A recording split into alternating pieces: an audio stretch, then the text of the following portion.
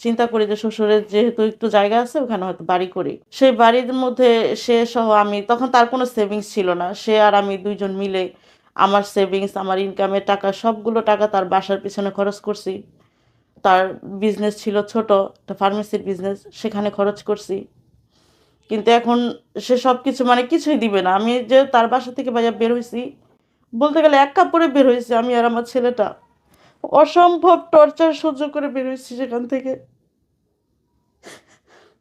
যে বাড়িটাতে থাকার জন্য বা আমার বাচ্চার ভবিষ্যতের জন্য করছি, কিন্তু সেখানে আজকে আমাদের জায়গা হয় না।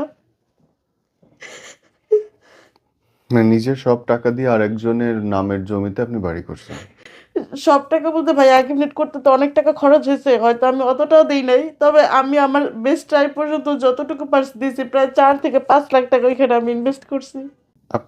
এখন চলে আসছেন মানে বলতে চাচ্ছেন আপনি কি তাকে ছেড়ে দিয়েছেন ফাইনালি? না ভাই, আমি তাকে ছাড়ি নাই।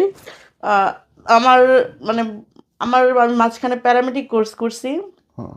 তো আমার যখন পরীক্ষা ছিল আমি একটু মানে হাজবেন্ড পরীক্ষার মধ্যে আমি একটু ব্যস্তই ছিলাম। সে ওই সময়টা কি করছে, সে একটা পরকীয়া রিলেশনে জড়ায় যায়। হুম।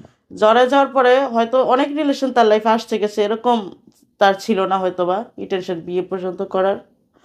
তো আমি যখন পরীক্ষা দিই তখন থেকে সে আমার সাথে প্রচুর মিসবিহেভ করে।